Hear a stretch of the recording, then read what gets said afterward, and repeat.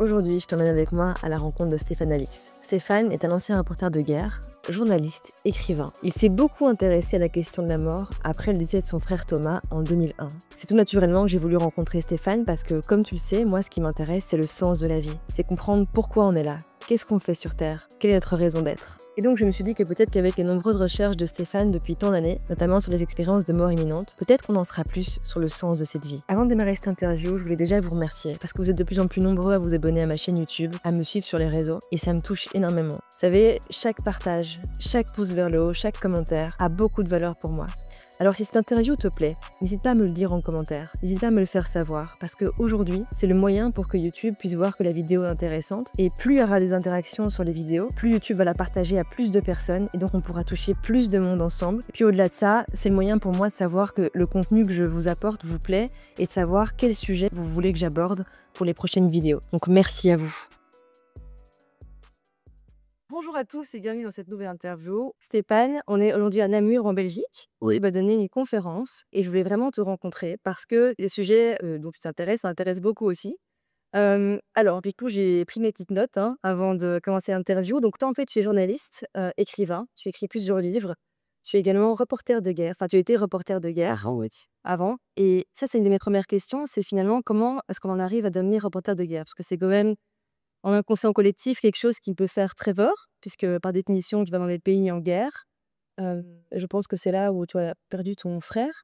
Bien après ça, j'ai commencé mon métier en 1988, j'avais 19 ans et mon frère est mort, en 2001, D'accord. aux 32 ans, donc plus de 13 ans après. Donc c'était pas sur un... C'était en Afghanistan, mais c'était un accident de voiture. Ok, Ouais. ok. Donc rien à voir avec ton métier. Non, de rien. Ouais, ok. Qu'est-ce qui t'a amené à devenir reporter de guerre? Bah, je pense qu'il y a des ressorts inconscients, qui ont été à l'œuvre. Je voulais absolument devenir reporter de guerre. Dès que j'avais, 17 ans, 18 ans, c'était une sorte d'obsession. Je voulais aller être photographe plus précisément.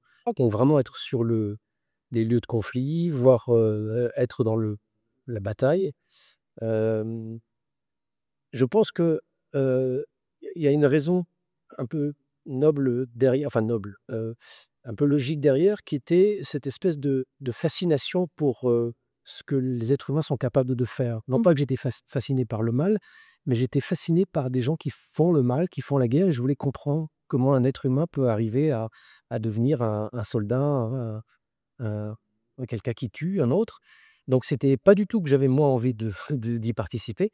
J'avais envie de comprendre, en fait. J'avais envie de comprendre, et j'avais envie d'être sur ce terrain-là.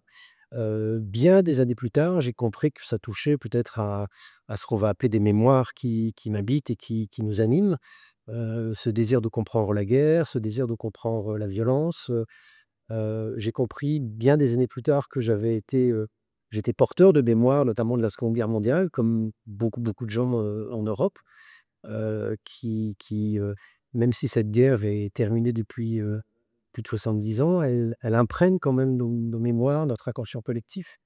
Donc il y avait ça qui me nourrissait. Mais à l'époque, quand j'avais 19 ans et que je suis parti en Afghanistan pour la première fois, c'était vraiment un désir de partir et de me confronter à ça. Ok, ok. Et justement, toi, tu as beaucoup travaillé sur les questions des expériences de mort imminente. Souvent, c'est les mêmes récits qui reviennent, des récits en fait, en général assez positifs, dans le sens où c'est la lumière, enfin, c'est des choses plutôt positives qui en ressortent. Moi, j'ai déjà entendu des expériences plutôt négatives, avec des gens qui vivaient vraiment des états d'enfer et avec des flammes et cetera. Du coup, est-ce que tu tu sais plus par rapport à ça? Je veux dire, qu'est-ce qui fait qu'un être humain, par exemple, va vivre une expérience plutôt positive, voilà, de mort imminente ou justement, au contraire, des états très, très durs, Bah, ça a été étudié parce qu'effectivement, on entend beaucoup parler d'expériences de mort imminente qui sont positives avec la lumière, avec et cetera, toutes ces caractéristiques. Mais les chercheurs, les psychologues ont notamment travaillé sur le sujet là, au début des années 80, enfin 70-80, ont été troublés d'entendre des récits parfois qui avaient l'air d'être extrêmement difficiles.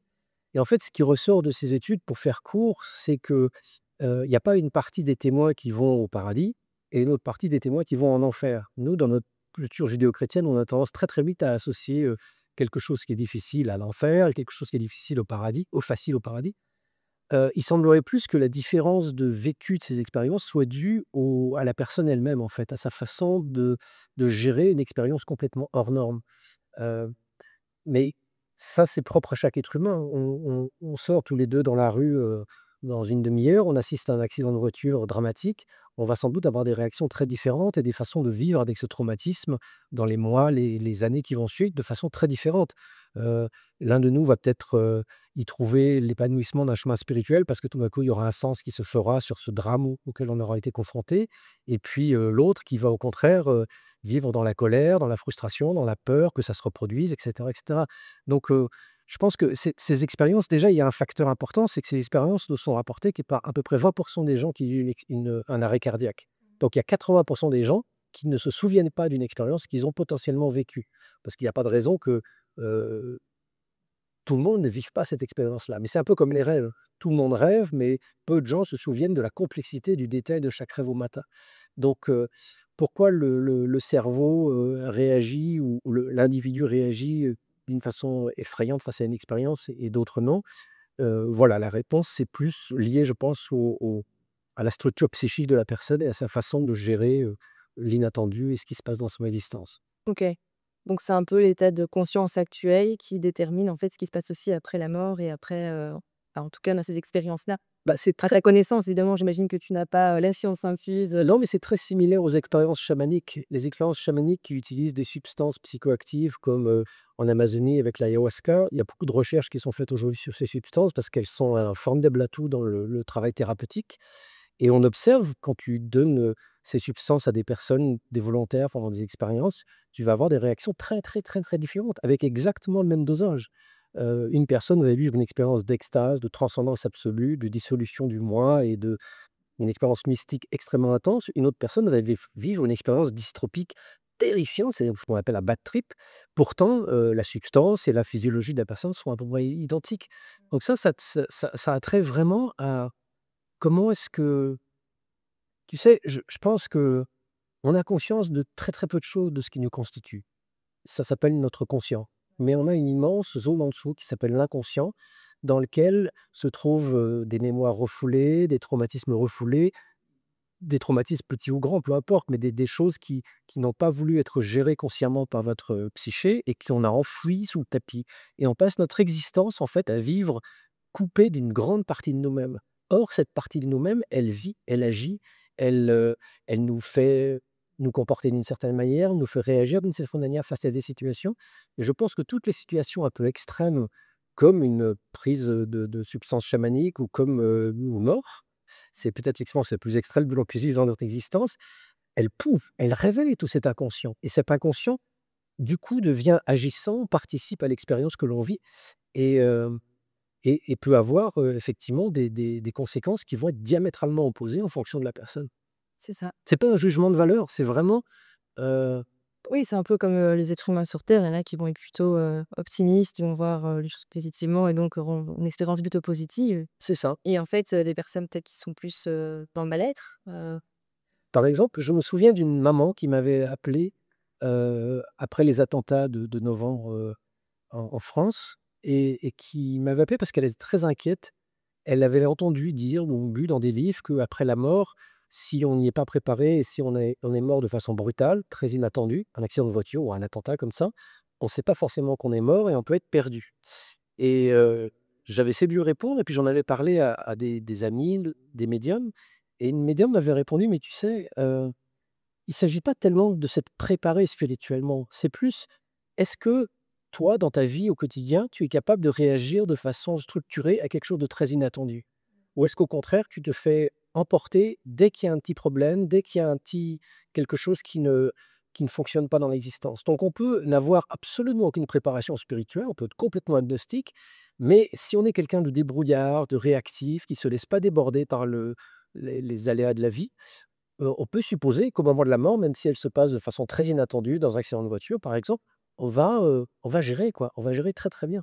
Donc ça dépend vraiment de la structure psychologique et d'ailleurs le livre des morts tibétain, qui est un texte qui date du 8e siècle et qui offre une sorte de guidance, pour le défunt après la mort, insiste vraiment sur cet aspect de ne pas se laisser illusionner en fait par le monde intérieur qui se révèle au moment de la mort. Au moment de la mort, c'est comme si tout d'un coup, toutes les vannes étaient ouvertes et tout notre inconscient, tout sortait en pleine lumière. Et le propre de l'inconscient, c'est qu'on ne sait pas ce qu'il y a dedans. Et certaines de ces dimensions peuvent être compliquées à gérer.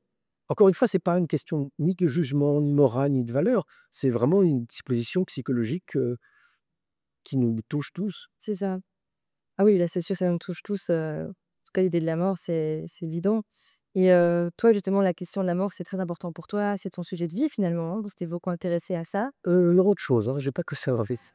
Et quoi d'autre? Bah, disons que je m'y suis intéressé de facto quand j'ai perdu mon frère. C'est vraiment. C'est l'événement marquant pour toi, Il y avait une curiosité et heu, un appel bizarre qui m'a conduit sur des lignes de front ou dans des situations de guerre assez compliquées. Mais c'est vrai qu'après la mort de Thomas, mon frère, c'est devenu un objet de quête permanent. Je voulais avoir des réponses, je voulais trouver du sens à cette mort, je voulais essayer de comprendre ce qui se passe au moment de la mort.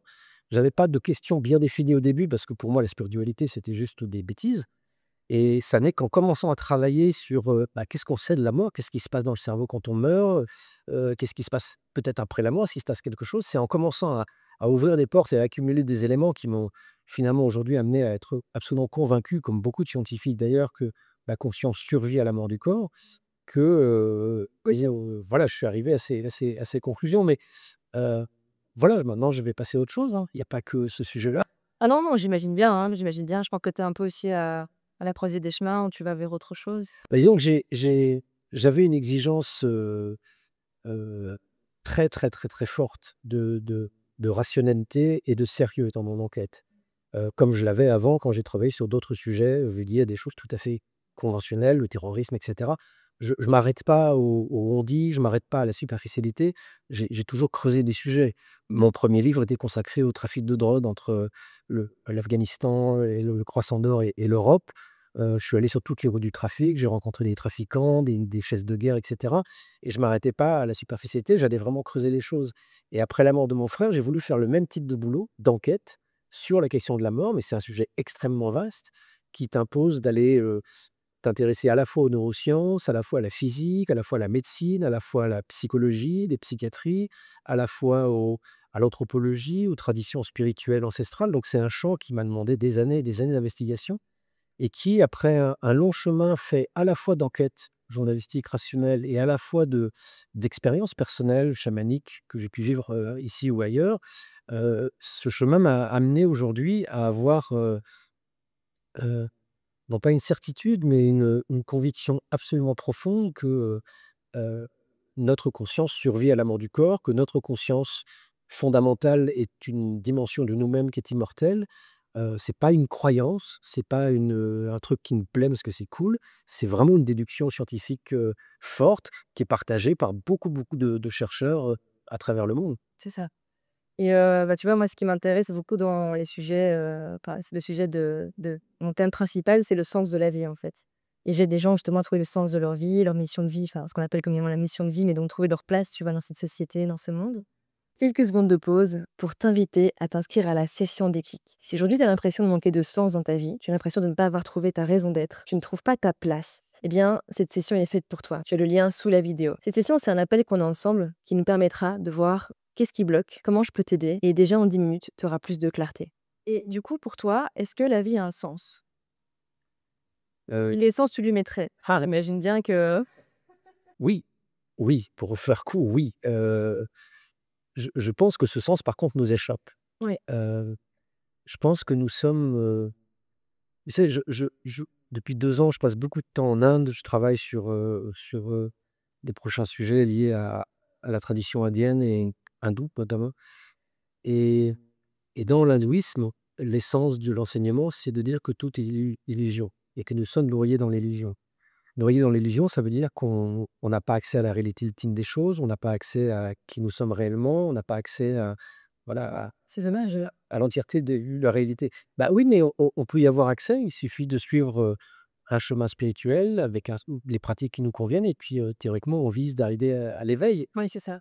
On est dans l'hindouisme, on est éveillé déjà, sauf que, on l'a pas enclenché cet éveil. Donc cette illusion, en fait, elle se manifeste par le fait que, tu crois être toi, je crois être Stéphane Alix. Enfin, même si je Est-ce que sais tu l'es vraiment? même si je sais que je ne suis pas essentiellement, Stéphane Hallyk, je suis quand même aveuglé chaque seconde de ma vie par, mon visage, mon corps et j'ai du mal à vivre l'expérience d'autre chose que mon corps et mon identité. Même si intellectuellement, je sais que je suis autre chose et même si j'ai vécu des expériences notamment, chamaniques qui m'ont amené à être autre chose et à découvrir que Des vies antérieures, par exemple? non, non, non, non, pas Michoutari, enfin, tu n'es pas, Elena, je ne suis pas Stéphane.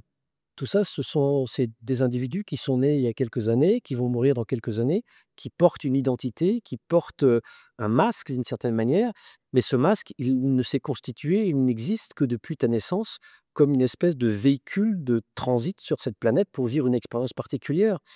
Mais tu n'es pas Elena, tu n'es pas ce corps. Oui. Tu es, quelque chose de plus profond, ce qu'on va appeler la conscience fondamentale. Le problème, c'est que cette conscience fondamentale, de par l'activité de notre cerveau et notre immersion dans la réalité, elle est totalement inaccessible et écrasée par l'activité, simplement l'activité cérébrale.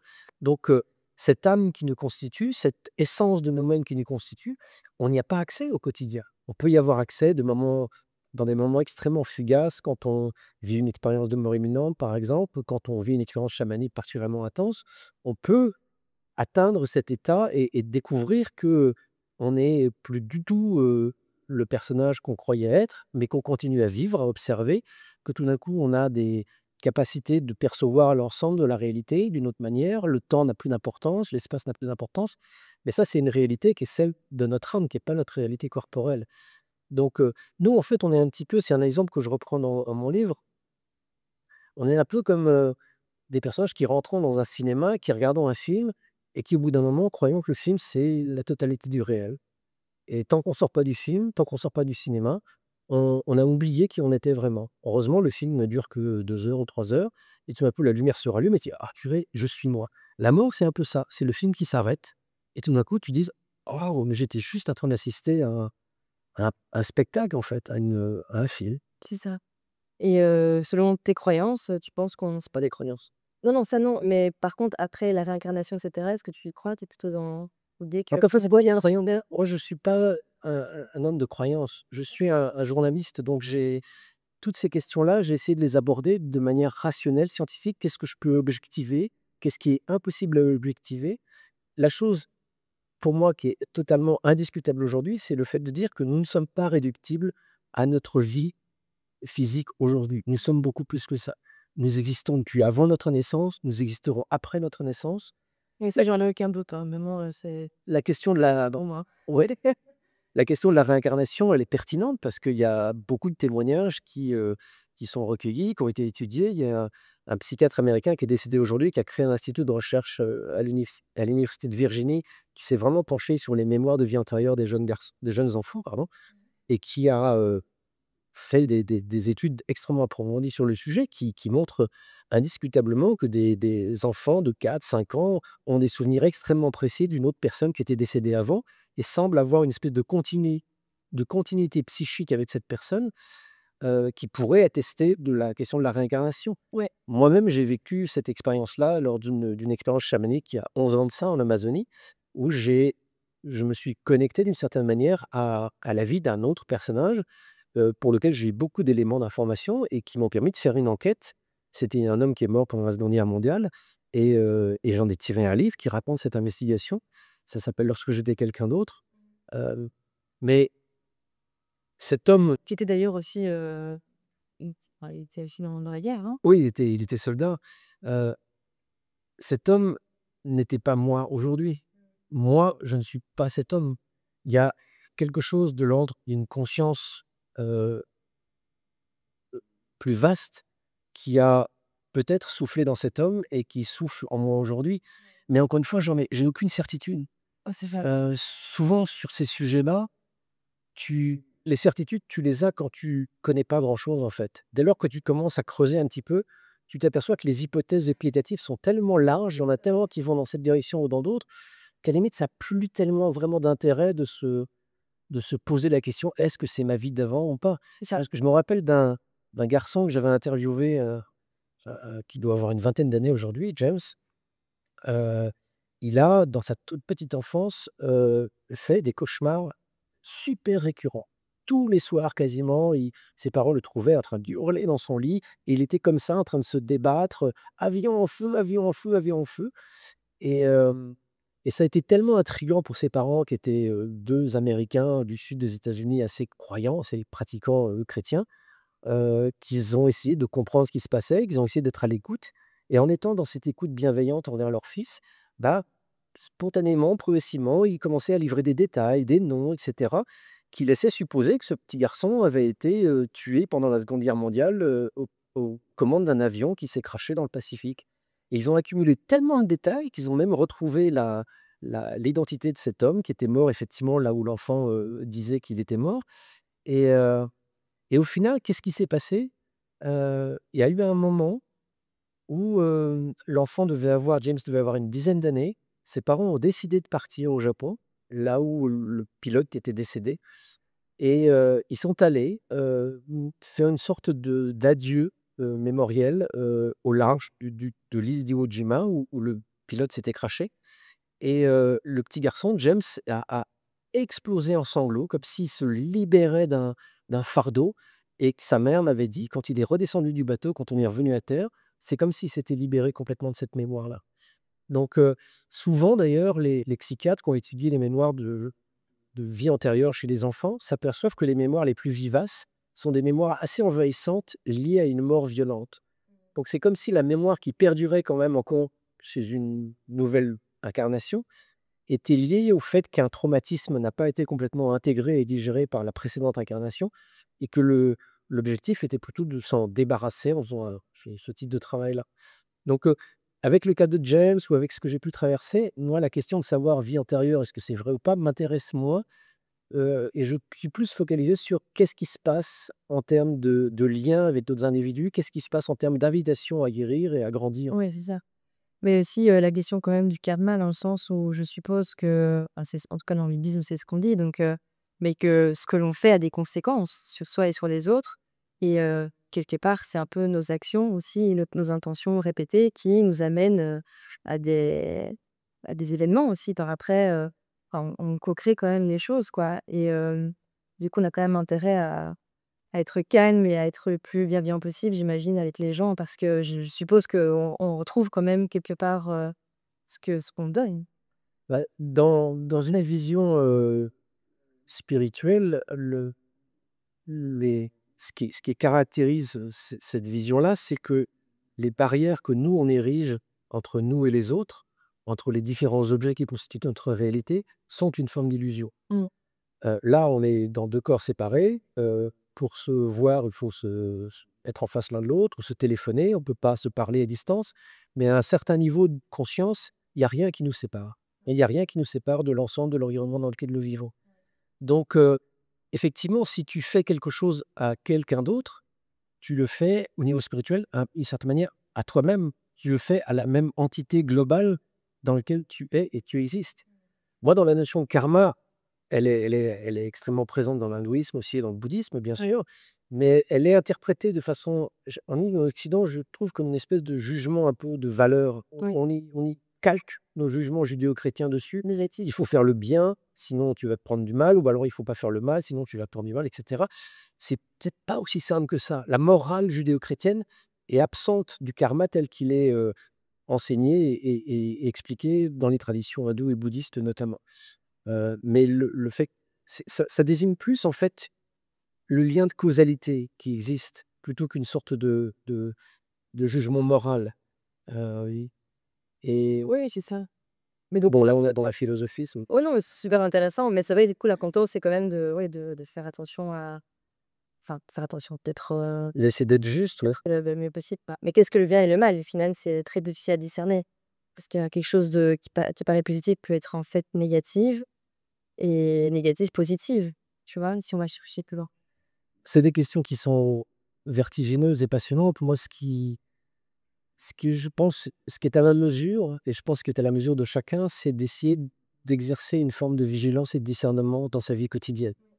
Pourquoi est-ce que je fais ça? Pourquoi est-ce que je dis ça? Pourquoi est-ce que je pense ça? D'où ça vient?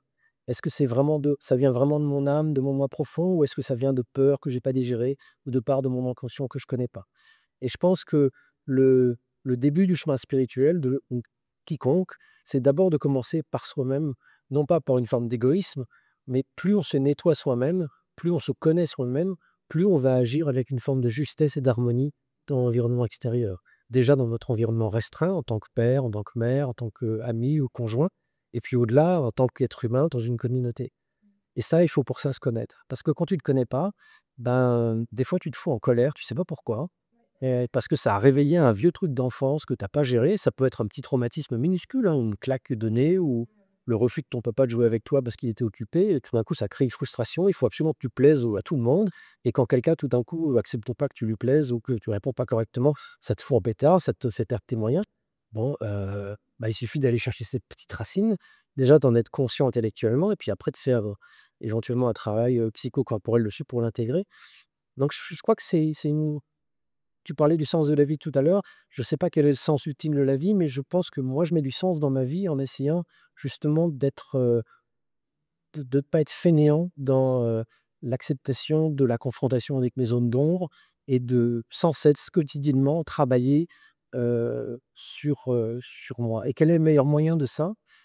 Bah, c'est d'être dans le monde en fait, d'être dans la réalité et de, de voir pourquoi les petits et les grosses choses de la vie t'impactent. Pourquoi? Pourquoi est-ce que je réagis par rapport à ça comme ça? Pourquoi est-ce que j'ai peur d'aller dans tel pays ou de faire tel voyage? Pourquoi est-ce que je supporte pas que mon compagnon, ma compagne me dise ça? Pourquoi est-ce que je réagis avec tant d'émotions? Tous ces petits minuscules frottements de la vie quotidienne, c'est descendre du chemin spirituel. C'est là où tu apprends les choses. C'est une vision qui est très éloignée de certains mouvements un peu bien-être où il faudrait au contraire s'extraire de toute difficulté et vivre dans l'espèce d'extase de bonheur. Non, la spiritualité, c'est pas l'extase. La spiritualité, c'est la confrontation à cette réalité du monde qui est une immense école. C'est toi, tu t'es beaucoup intéressée aussi aux médiums, tu as fait des tests par rapport à la mort de ton papa et est-ce que, j'ai aucun doute sur le fait que les médiums voient, parlent avec les morts et cetera. Mais, par contre, tu sais, malheureusement, il y a beaucoup de charlatanisme avec, de ce qui est voyance. Moi j'adore, hein, entre guillemets «la voyance», c'est quelque chose que j'aime beaucoup et je trouve qu'il y a peu de personnes qui arrivent à prédire vraiment ce qui va se passer. Donc c'est 2 choses différentes, je pense, à la médiumnité et la voyance. Mais pour toi, ouais, du coup, je sais pas si tu pourrais y répondre, mais, ou ce que tu as connaissance par rapport à ça, mais, est-ce que tu penses qu'on peut prédire un avenir? Et ça sous-entendrait que quelque part il est, je suppose, prévu, donc, qu'il y a, tu vois, des choses qui sont prévues dans notre vie. Qu'est-ce que tu penses par rapport à ça? J'ai pas d'idée complètement arrêtée. Euh, l- les expériences ou les tests ou la recherche scientifique que l'on peut faire sur la voyance, c'est-à-dire la capacité à percevoir des événements en dehors du temps et de l'espace, montre que c'est une réalité. On peut capter des choses. Euh, Est-ce que ça veut dire qu'on n'a aucun libre arbitre et qu'on est dans une espèce de destin déjà programmé? Je ne le crois pas non plus. Euh, je me souviens de témoignages de gens qui avaient vécu des expériences de mort imminente et dans les expériences de mort imminente, certaines personnes vivent ce qu'on appelle une revue de vie, c'est-à-dire une espèce d'exposé de toute ton existence passée, où tu vois les petites et les grosses choses de ta vie. Et j'ai souvenir de plusieurs témoins qui m'avaient dit, c'est marrant, dans ces moments-là où on voit toute notre vie, il y a comme s'il y avait des gros piliers, des choses qui étaient là et qui devaient être là, comme un accident de voiture qui allait emporter une personne, comme la mort de cette grand-mère, comme enfin, les gros épisodes de notre vie. Ceux-là, ils sont là, comme s'ils avaient été, pas programmés, je ne vais le terme, mais comme si ils étaient là, ils auraient pu être prévus à l'avance. Et après, il y a plein de petites choses de l'existence qui, elles, sont plus du ressort de notre libre arbitre et sur lequel on peut partir dans cette direction-là ou partir dans une autre direction. Je pense qu'un voyant, c'est un peu comme un GPS. C'est-à-dire qu'il peut détecter ton point d'arrivée. Mais après, c'est toi qui vas choisir le chemin pour y aller.